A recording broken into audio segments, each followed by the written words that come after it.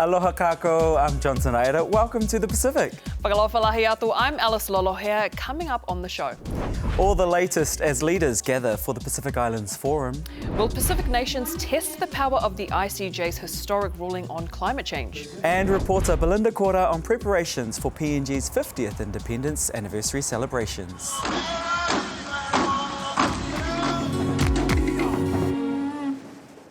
Okay, first, before we head to Solomon Islands for the Pacific Islands Forum, we're going to Port Vila. Because ahead of leaders landing in Honiara, a landmark deal between Australia and Vanuatu hit a bump in the road.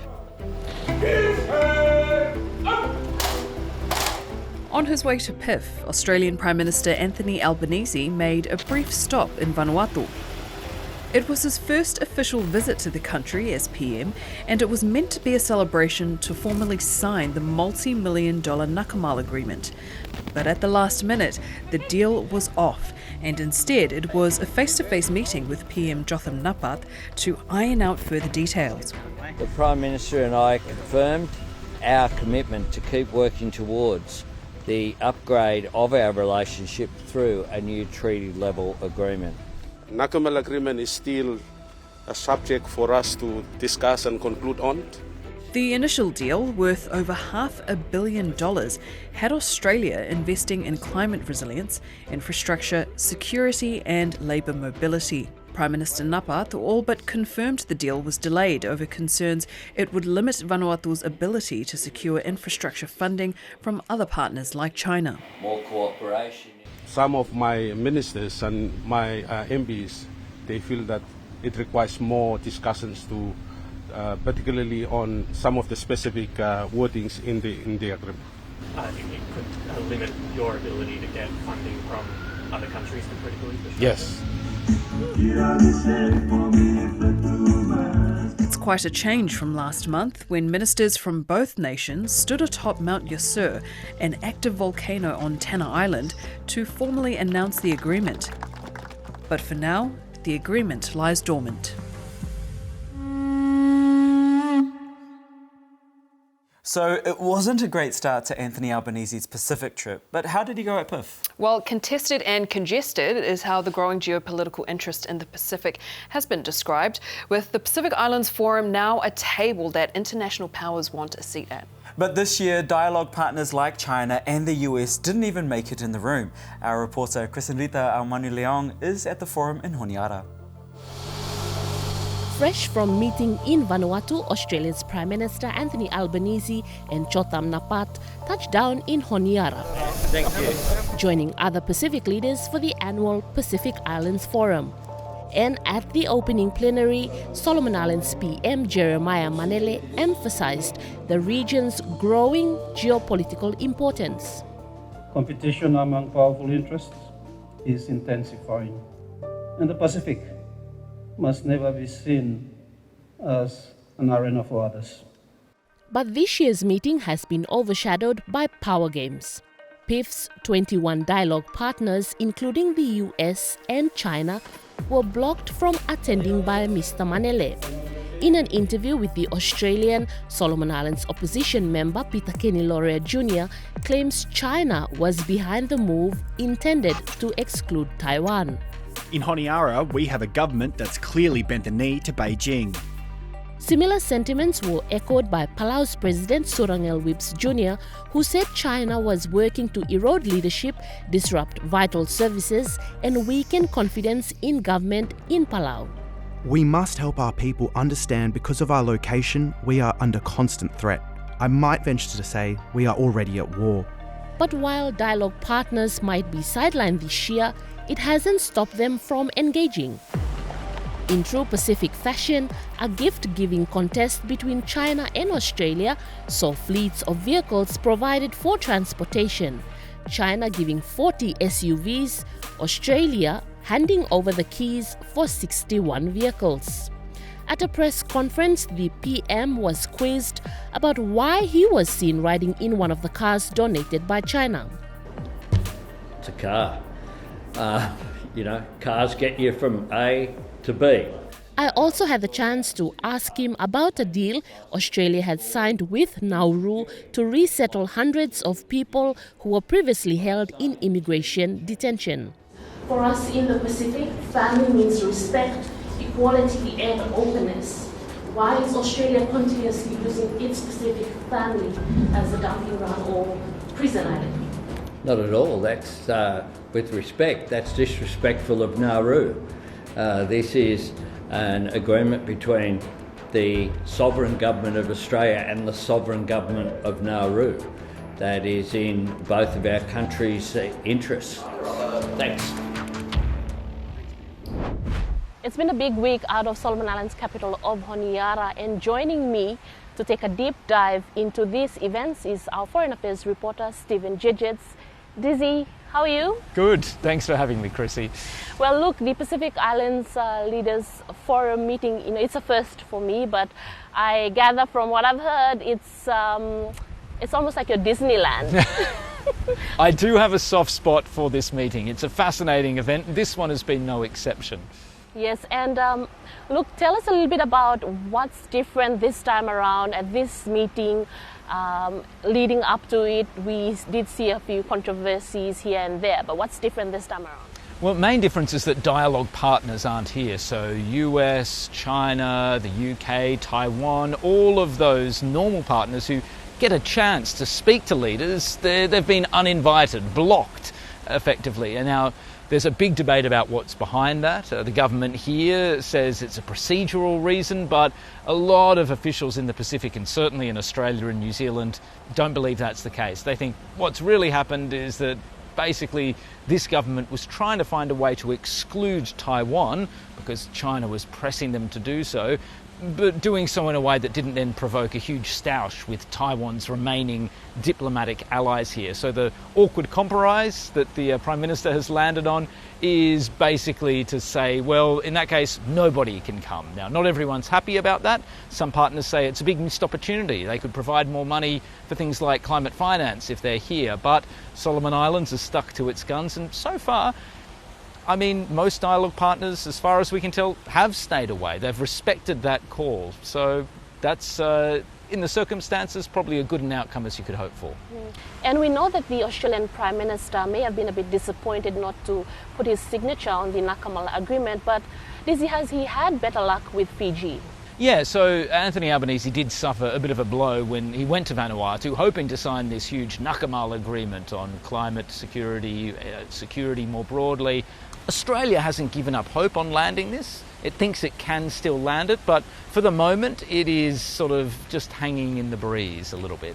But you're right, Australia did have a bit more luck with Fiji, and today or earlier this week it announced that it was going to start security treaty negotiations with Fiji. So if it can land that agreement, that's another big win for Australia as it tries to build up this big web of agreements with Pacific Island nations to entrench its own sort of strategic interests, but also, importantly, to try and block out China from sensitive infrastructure as well as from the security and policing space. And is there anything else major on this week's agenda? Yeah, almost too many things to go through, but just a couple of things quickly. On climate change, we saw the Pacific Resilience Facility effectively ratified through a treaty and established. That's a big deal for the Pacific because that's their own body that they own and control. And they say if you set up a body like that, then you're going to be able to access the climate finance you need more quickly and easily. The big problem for them at the moment is that there isn't enough money in the kitty. They want to get to $500 million next year. So far, they're well under 200. Now, the Pacific's optimistic it can really scale that up, but it might be a heavy lift in the short term. More broadly, we also saw the Ocean of Peace Declaration. Now, we're still not sure exactly what this is going to mean for the region, but the Pacific there, in this era of strategic competition, is trying to lay down some clear markers and principles to say this is the terms that we want to engage on with our partners in the security space. So it's an expression of sovereignty, however belated, in an increasingly fraught environment. Indeed. And look, Palau will host next year's Pacific Leaders meeting. It's still a long way to go, uncertain which leaders will attend, but one thing for certain is our Foreign Affairs reporter Stephen Gidgets will be there. Okay, Alisi, a change of pace now, and it may be a long way from the Pacific, but events in Paris are reverberating across our region. They sure are, Johns. In New Caledonia, pro-independence groups have slammed the appointment of a former overseas minister as France's new prime minister, following the collapse of the previous government. The Bougainville agreement, signed by pro-independence and loyalist groups in July, promised a new dual French-New Caledonian citizenship and to heal divisions in the territory. Now the agreement's chief broker, Overseas Minister Manuel Valls, is out of a job, with his Prime Minister François Bayrou deposed after he called a vote of confidence. The PM has been replaced by a well-known face in New Caledonia, former Overseas Minister Sébastien Lecornu. The pro-independence FLNKS have slammed the appointment, accusing Lecornu of helping lead the country into the chaos we know during his tenure. And though the now former Overseas Minister, Manuel Valls, could be reappointed, the impasse is bad news for the agreement, which was supposed to be voted on in a referendum by early next year. It also calls into question the administration of further French financial aid, which the territory's economy desperately needs following last year's civil unrest. And in Samoa, caretaker Prime Minister Naomi Fiame Mataafa has officially stepped down as Prime Minister of Samoa after last month's election. After a resounding win to her former Fast Party, which won 30 out of 51 seats in Parliament, Fiame thanked the people of Samoa, election officials, and congratulated her rival, La'auli.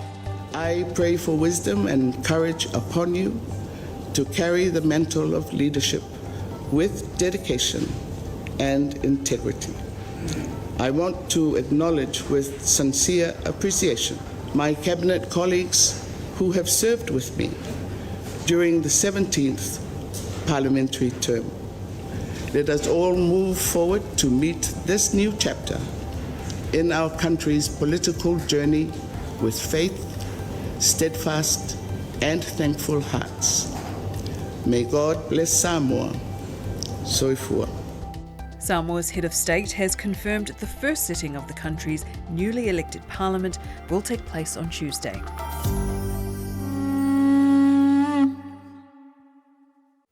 Also at PIFF this week, Vanuatu's climate minister warned Australia that approving more major fossil fuel projects could be in breach of a landmark International Court of Justice ruling on climate change. Going down the fossil fuel production expansion is an internationally wrongful act under international law. In July, the ICJ ruled that nations have an obligation under international law to prevent climate change. It was hailed as an historic and monumental victory for Pacific Island nations. The decision has left the door open for Pacific nations to take legal action against countries like Australia, who still export huge amounts of coal and other fossil fuels. Our Vanuatu reporter Lily Rose Welwell has the story. Thousands of kilometers away from the Pacific Ocean, a clear and unanimous decision with far-reaching consequences for island peoples. The court notes that the consequences of climate change are severe and far-reaching. The United Nations highest court handed down an advisory opinion that ruled countries have a legal obligation to protect the climate from greenhouse gas emissions. In a major victory for the Pacific, the court also said a failure to act could mean polluting nations are liable to pay damages to countries harmed by climate change. It was a David versus Goliath battle, led by a group of Pacific students and the government of Vanuatu. And it's very important course correction in this critically important time. For small island states, communities in the Pacific, and for young people, and for future generations, this opinion is a lifeline. But now that the dust has settled, climate activists and Pacific leaders are taking stock and trying to understand how the ruling can be used to help them campaign for stronger climate action.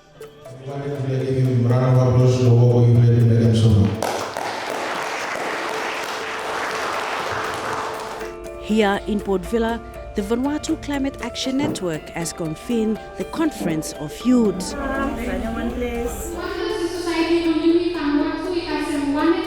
The climate activists and leaders in this room were blown away by the ICJ decision, and now they're meeting here to devise the next moves. For the Climate Action Network here in Vanuatu, the ICJ ruling has been a win for us. For many here, the decision adds weight to their efforts. A legal ruling now underpins the pressure being applied to big emitters. This advisory opinion will greatly help with the negotiation spaces, giving us leverage in securing a lot of support funding. A major discussion point has also been whether Pacific nations could consider taking legal action against countries like Australia. Should Vanuatu launch legal claims against big fossil fuel exporters like Australia? Yes, I think this is one of the main things that Vanuatu should be looking at now. So now that we have this very general ruling about obligations, it is foreseeable that a country could start to bring a claim. This might then lead to litigation at the international level. Maybe more likely is it will lead to litigation at the domestic level. We don't have an international police force that can enforce the rulings of the International Court of Justice. We do find, though, that countries generally do follow the rulings in contentious cases. There is also a sense that the ruling needs to be explained to communities and grassroots organizations, so it can be better understood how it might be leveraged. I think at the moment we need to address the ICJ at the community level so that young people came to understand the purpose and bring youth voices up to the government so that they know and understand that they are being heard. We call on the leaders of the Pacific Island Forum to take climate change and human rights to the International Court of Justice. The initial campaign started with a group of young people back in 2019. Vanuatu's climate change minister, Raela, helped lead a diplomatic campaign to get the case referred to the court.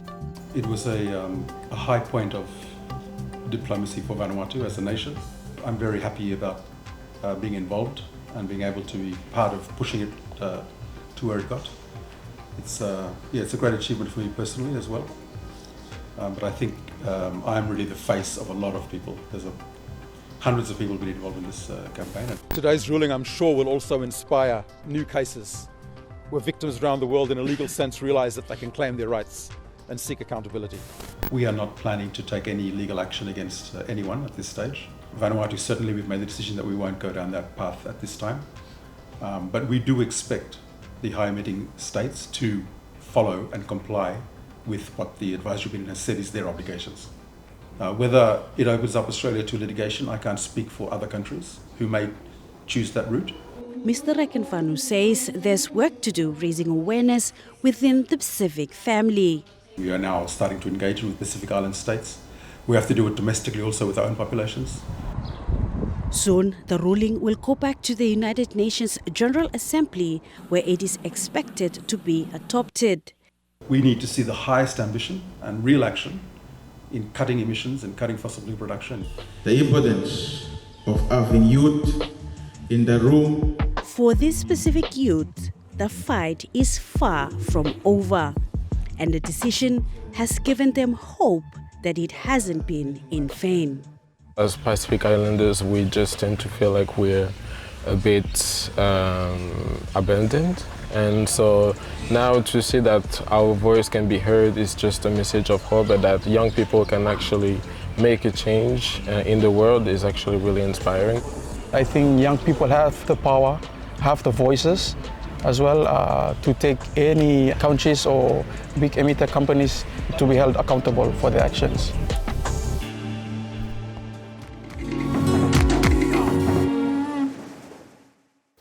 In coming days, Papua New Guinea is set to mark 50 years of independence. Across the country, preparations are underway for one of the nation's biggest ever celebrations.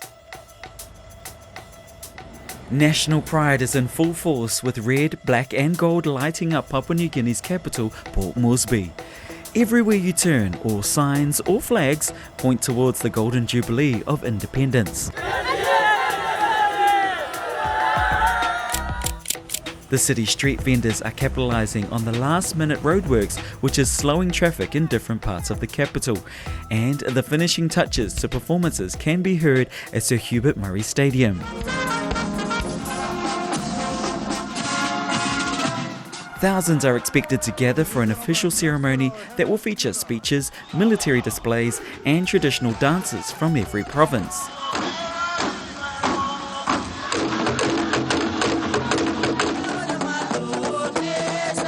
And there are rumours of a performance from American rapper Akon.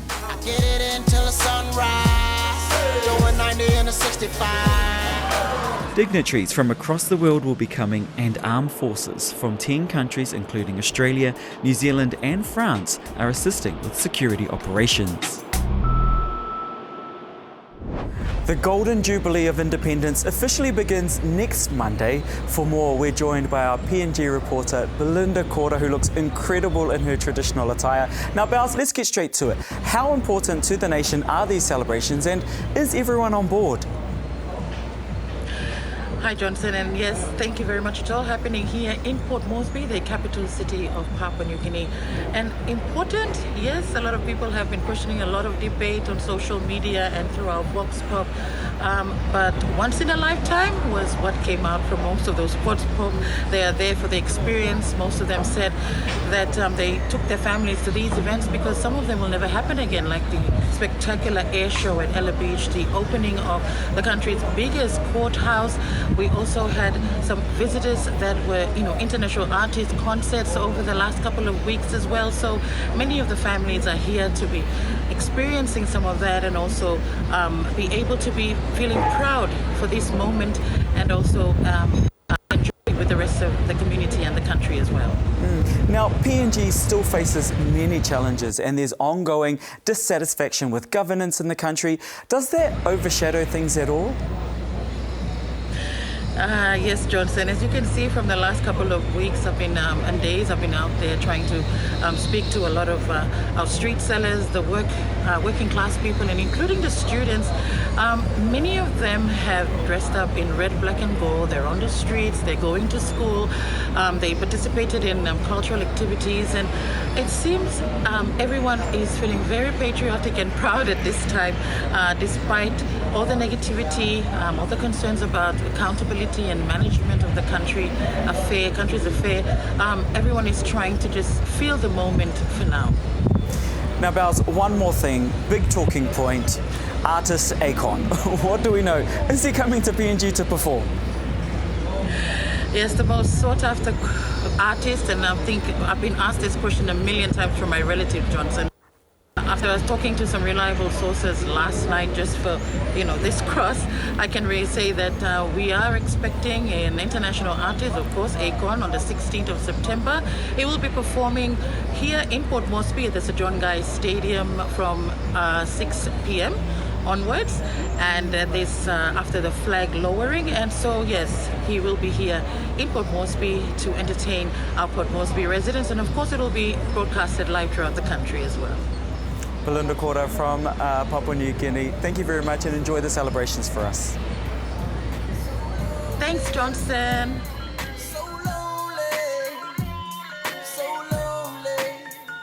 Mr. Lonely. And the ABC has plenty of plans to cover events in PNG. Check out the ABC Pacific website for more information on what's planned. Now, while Papua New Guinea will soon celebrate 50 years as an independent nation, one PNG region, the autonomous region of Bougainville, may be taking another step towards its own independence. Bougainvillians went to the polls last week to elect a new parliament and a new president. The region's electoral commissioner described the polling as smooth and peaceful, with over 239,000 Bougainvillians registered to vote. It's important for Bougainville as a whole. So I've made time, left work, took a day off, come here. I want marks on the people that we trust to get us forward.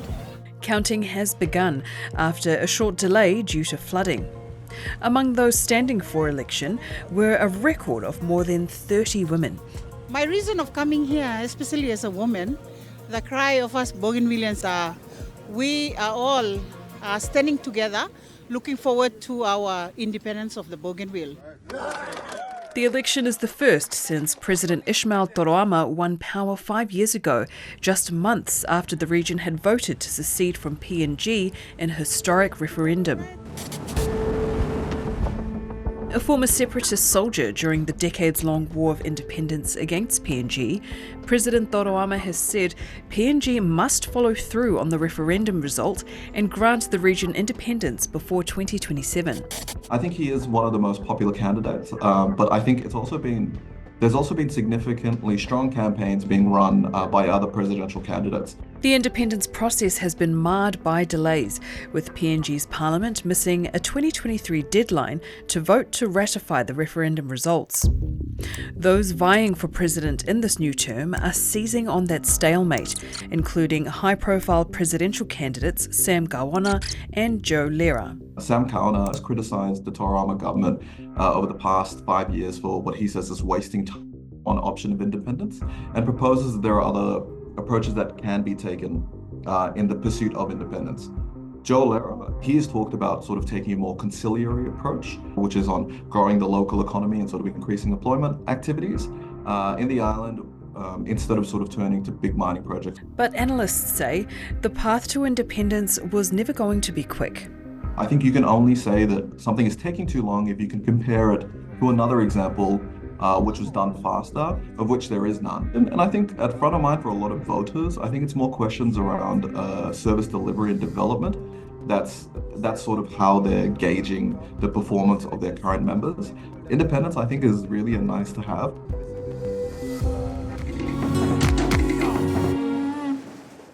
Well, that's our show for this week, and we'll be keeping an eye on what's happening in Bougainville. But next week, we're bringing you a special episode on PNG's Golden Jubilee Independence celebrations, all the action, highlights, and what comes next for the country. Now to take us out, here's Australian rock band King Stingray performing in Port Vila during the Prime Minister's visit. Look at you.